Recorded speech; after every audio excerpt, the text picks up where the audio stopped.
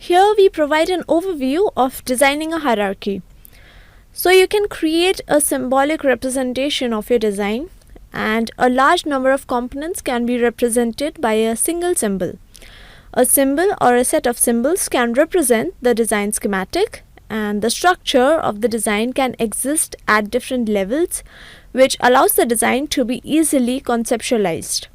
So what happens is that rather than having one enormous impractical schematic using primitives for the entire design, the design appears as functional blocks at different levels, and this is the underlying concept of hierarchical design. So here is an example of a top-level view for a design that relies heavily on hierarchical design concepts. You can see a complete PLL system on the top level, and each of the block symbols that you see have underlying hierarchical definitions either at the transistor, behavioral or structural levels. You can descend into specific subcircuits to view or edit the internal circuits. On this slide, we take an intensive look on how you can create a schematic hierarchy. A structured hierarchy can simplify the complexity of a system. You could of course have a design using only a flat schematic, but that becomes inefficient and difficult to manage as circuit complexity increases. So you create symbols for schematics, and a symbol for a schematic view is required when that schematic is used within a hierarchy. For example, here is a stand-alone primitive transistor, and here you have an inverter created using primitives. Here is an inverter symbol created for that schematic. Now there is one more symbol, and that is for a VCO, and if you go inside this VCO symbol, you can see a schematic using primitives and hierarchical symbols. It uses the stand-alone inverters also. Now think about going over multiple levels in a large complex design, and how using symbols and using a multi-level hierarchy can help you and allow you to create the final test bench that has multiple pins that come out, and you can connect your sources and signals and take outputs across multiple pins on a simple top-level design which has a lot going on underneath it. Here is a quick overview on how you can use the Edit pull-down menu to navigate the hierarchy. You can use the Edit pull-down menu to navigate through the hierarchy, and you can descend down and then return to the previous level or return to the top from wherever you are. In all cases, you can choose to descend in edit or read mode, and you can also descend edit into a symbol by double-clicking the left mouse button on the symbol. Here is a slide that comprehensively lists out the descend action. To descend into the hierarchy, select a component, choose a command to either read or descend edit. Then you select a view to descend from it, and it could be a schematic view or a Verilog-A view. Similarly, to ascend to the previous level or higher up in the hierarchy, you can choose the return command to go up one level, or if you want to choose the topmost level, you can choose return to top. Here are the descent forms that come up when you use the edit command. Now the symbol for the block in which you are descending into could be made for a schematic view, a Verilog-A view, or some other definition.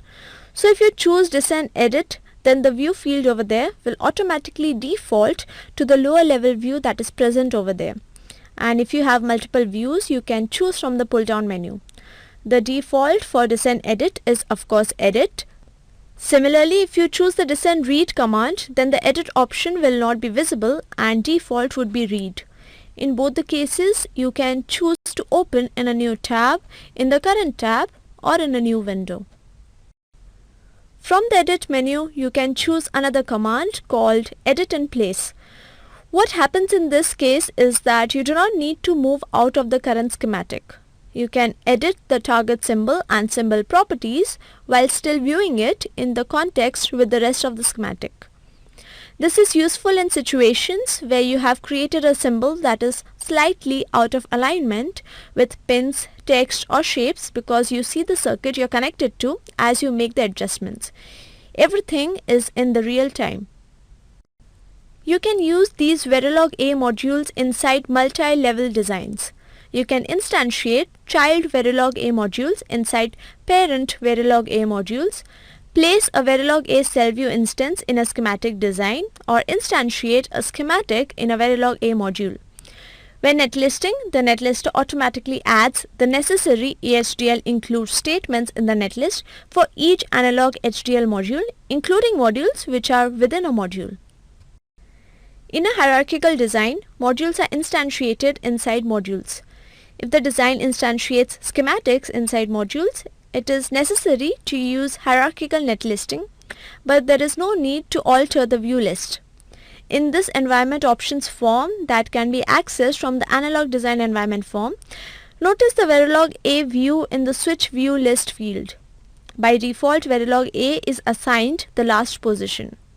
When creating cell views with names other than the default names, for example, you could have Verilog-A2, Verilog-A3, etc., you need to adjust the switch view and stop view list to netlist properly. In mixed signal mode or to create analog configurations, you should use the hierarchy editor to modify the switch view list and the stop view list. So this picture here tries to detail out how a multi-level hierarchical design could look like. This diagram represents a sample mixed signal schematic in ADE. Here is the boundary of a sample schematic. As you are aware by now, to be placed in a schematic, a component must have a symbol cell view. The same component can have digital Verilog and VHDL cell views as well as a Verilog-A cell view. Symbols with Verilog or VHDL cell views can be wired to symbols with Verilog-A cell views within the same schematic. A Verilog or VHDL file cannot be instantiated inside or below a Verilog-A module. So stacking any number of components with Verilog-A and schematic cell views on top of each other is allowed. However, parameters cannot be passed down to levels that are lower than the first point in which a component with a schematic cell view occurs below a component with a Verilog-A cell view.